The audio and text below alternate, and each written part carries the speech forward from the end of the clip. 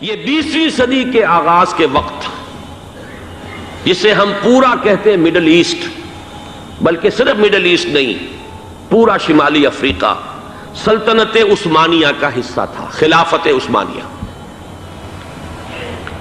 Libya, الجزائر، مصر، پورا حجاز، یمن، پورا عراق، شام، اور یہ شام ہی کے حصے ہیں در حقیقت، اردن اور لبنان، یہ سب، یہ شام عرب، عراق عرب، یہ پورا علاقہ خلافت عثمانیہ یہ اس کا حصہ تھا۔ پہلی جنگ عظیم میں انگریزوں نے عربوں کو بغاوت پر آمادہ کیا، غداری پر آمادہ کیا، انہوں نے خلافت عثمانیہ کے خلاف بغاوت کی، بیج بوئے ان کے دلوں کے اندر نفرت کے، ابھارا انہیں کہ تم ترکوں کے غلام کیوں ہو، تمہیں خود حاکم ہونا چاہیے، تم کھڑے ہو جاؤ، ہم مدد کریں گے، تم بغاوت کرو، تم ان ترکوں کے خلاف ہماری مدد کرو، ہم تمہیں آزاد کر دیں گے، تم اپنے پاؤں پر خود کھڑے ہو جانا۔ یہ بہت ہی ہمارے لیے دردناک المیہ ہے اس پہلی جنگ عظیم کا۔ کرنل لارنس جیسا شخص، برطانوی استعمار، اور اس کے نتیجے میں عربوں نے بغاوت کی۔ اور اس قدر دردناک بات آپ کو بتا رہا ہوں، میں پہلی مرتبہ جب سن 62 میں حج کے لیے گیا مدینہ منورہ میں، ابھی وہ ریل کے انجن کھڑے ہوئے تھے۔ یہ ترکی کے زمانے میں، سلطنت عثمانیہ کے زمانے میں بغداد سے مدینے تک ریلوے لائن تھی۔ یہ پورا ایک عالم سلطنت عثمانیہ، صرف سلطنت نہیں، خلافت عثمانیہ، پوری ٹرینیں جو ہے ترکوں کی اڑائی گئی، ہزاروں ترکوں کو شہید کیا گیا، یہاں تک کہ صحن حرم میں شہید کیے گئے سینکڑوں ترک۔ یہ جرم تھوڑے نہیں ہے، معمولی نہیں ہے۔ آج جس کی سزا مل رہی ہے، معلوم ہونا چاہیے کہ وہ جرائم کون کون سے تھے۔ اب بھی جو لوگ گئے ہیں انہوں نے دیکھا ہوگا، ترکی کا قلعہ موجود ہے اوپر پہاڑی کے اوپر، حرم کا جو سب سے بڑا دروازہ ہے باب ملک عبدالعزیز، اس کے سامنے ایک لائبریری ہوتی تھی، اب تو غالباً وہ بھی گرا دی گئی ہے، اس کے پیچھے پہاڑی پر ترکوں کا قلعہ ہے پرانا، اس پر توپیں موجود تھیں۔ جب بغاوت ہوئی ہے، جو حرم میں آئے ہوئے تھے ترک فوجی، ظاہر بات ہے نہتے، وہ تو نماز پڑھنے آئے ہوئے تھے، ان کو وہاں ذبح کیا گیا ہے، اور ترکوں نے اپنی توپیں استعمال نہیں کی کہ کہیں بیت اللہ کو کوئی اذن نہ پہنچ جائے۔ بہرحال یہ غداری ہوئی ہے پہلی جنگ عظیم کے دوران، اور نہ صرف ترکوں پہ، عربوں نے کی ہے۔ جیسا کہ میں نے کہا تھا، دو ہیں سب سے بڑے مجرم روئے ارضی کے اوپر امت مسلمہ کے طبقات۔ ہمارا پنجابی سپاہی بھی جا کر انگریزوں کی مدد کر کے ایلن بی کو قبضہ جو لے کر دیا بغداد کا، اس میں ہمارے مسلمان پنجابی سپاہی بھی شامل تھے۔ یہ خون چکاں باب ہے ہماری تاریخ کا اس صدی کا۔ لیکن اس کے بعد سلطنت عثمانیہ کے ٹکڑے ہو گئے، چیتھڑے ہو گئے۔ ایک انگریز نے لکھا ہے، یہ جملہ ذہن میں بجھا ہوا جملہ، کہ تاریخ میں یہ بات ثبت ہو جائے گی کہ ایک انگریز نے اس سلطنت کے ٹکڑے کر دیے کہ جو عمر فاروق نے قائم کی تھی رضی اللہ تعالی عنہ۔ یہ پورا عالم، یہ تمام علاقہ کس نے فتح کیا تھا؟ یہ بات ہاتھ بدل گئے تھے، پھر ترک آ گئے، خلافت عثمانیوں کے پاس چلی گئی، لیکن یہ سلطنت تو حضرت عمر رضی اللہ تعالیٰ عنہ کے زمانے سے چلی آ رہی تھی۔ اس کو ایک انگریز کرنل نے، اور اس نے بغاوت پہ آمادہ کر کے عربوں کو اور ترکوں کے پیٹھ میں چھرا ڈھپوا کر ان کے ذریعے سے اور ٹکڑے کر دیے۔ لیکن جب جنگ ختم ہوئی، اب انہوں نے کہا کہ اب ہمیں آزادی دیجئے، تو اب انہیں معلوم ہوا کہ غداروں کو دنیا میں کیا ملتا ہے، ٹکڑے کر دیے گئے۔ یہ حصہ عراق یہ انگریز کے پاس رہے گا، شام کا یہ علاقہ یہ فرانسیسیوں کے پاس رہے گا، مصر پر انگریزوں کا تسلط رہے گا، لیبیا اطالویوں کے پاس رہے گا، لے دے کر یہ جو علاقہ تھا حجاز، چونکہ وہاں کچھ تھا ہی نہیں، بوادٍ غیر ذی زرع، یہ عربوں کے پاس چھوڑ دیا گیا۔ اس وقت جو بادشاہ ہیں شاہ حسین اردن کے، ان کے دادا سب سے بڑے غدار وہی تھے، لہذا ان کو اس علاقے کی بادشاہت دے دی گئی۔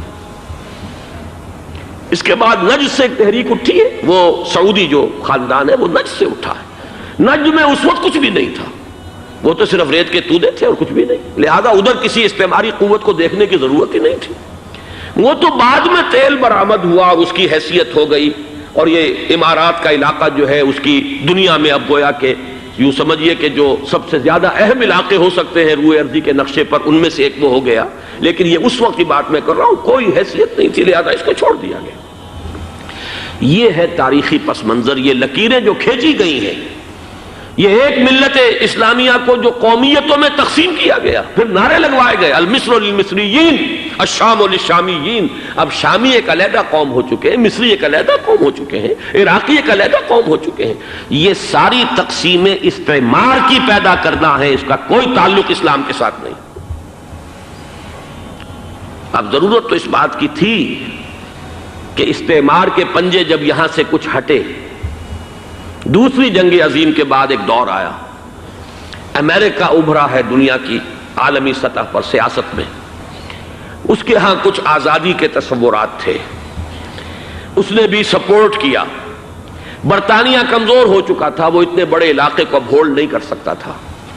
ہندوستان بھی آزاد ہوا، پھر یہ کہ اور دوسرے علاقوں سے بھی اس کو پسپائی اختیار کرنی پڑی. استعمار کے پنجے جس طرح بھی ہوئے، ان کے سینوں سے، عربوں کے سینوں سے جو ہے گویا کہ وہ ہٹے. لیکن امریکہ نے ایک اپنی بہت بڑی حکمت عملی جو اختیار کی، عالم عرب کے سینے میں اسرائیل کا خنجر پیوست کر دیا تاکہ یہ کبھی آزاد نہ ہو جائیں، ہمارے انگوٹھے تلے رہے، ہماری پالیسی گورن کرے. یہ استعمار کا دوسری جنگ عظیم کے بعد جہاں برطانوی استعمار، فرانسیسی استعمار رفتہ رفتہ یہ ہٹنے شروع ہوئے. صدر ناصر نے انگریزوں کو اٹھا کر پھینکا میڈیٹرینین میں اور دوسرے جگہوں سے. الجزائر نے آزادی حاصل کی فرانس سے، اطالویوں سے جو ہے لیبیا والوں نے آزادی حاصل کی. یہ ہو گیا، لیکن ایک خنجر پیوست کر دیا گیا اسرائیل کا سینہ عرب. اس صورتحال میں ظاہر بات ہے کہ ایک تو بڑی آئیڈیل پوزیشن تھی کہ پورا عالم اسلام متحد ہو، لیکن وہ تو بہت دور کا خواب معلوم ہوتا ہے. علامہ اقبال سے بڑا کوئی نقیب نہیں ہے ملت اسلامی کی وحدت کا. ایک ہو مسلم حرم کی پاسبانی کے لیے، نیل کے ساحل سے لے کر تا بخا کے کاشغر.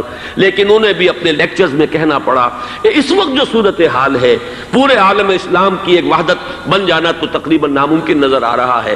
اگر کسی طرح ایک common wealth of Muslim nations وجود میں آ جائے تو بھی بڑی کامیابی ہوگی. لیکن اس سے بھی پہلے یہ تو زیادہ آسان تھا کہ عالم عرب ایک وحدت کی شکل اختیار کر لے.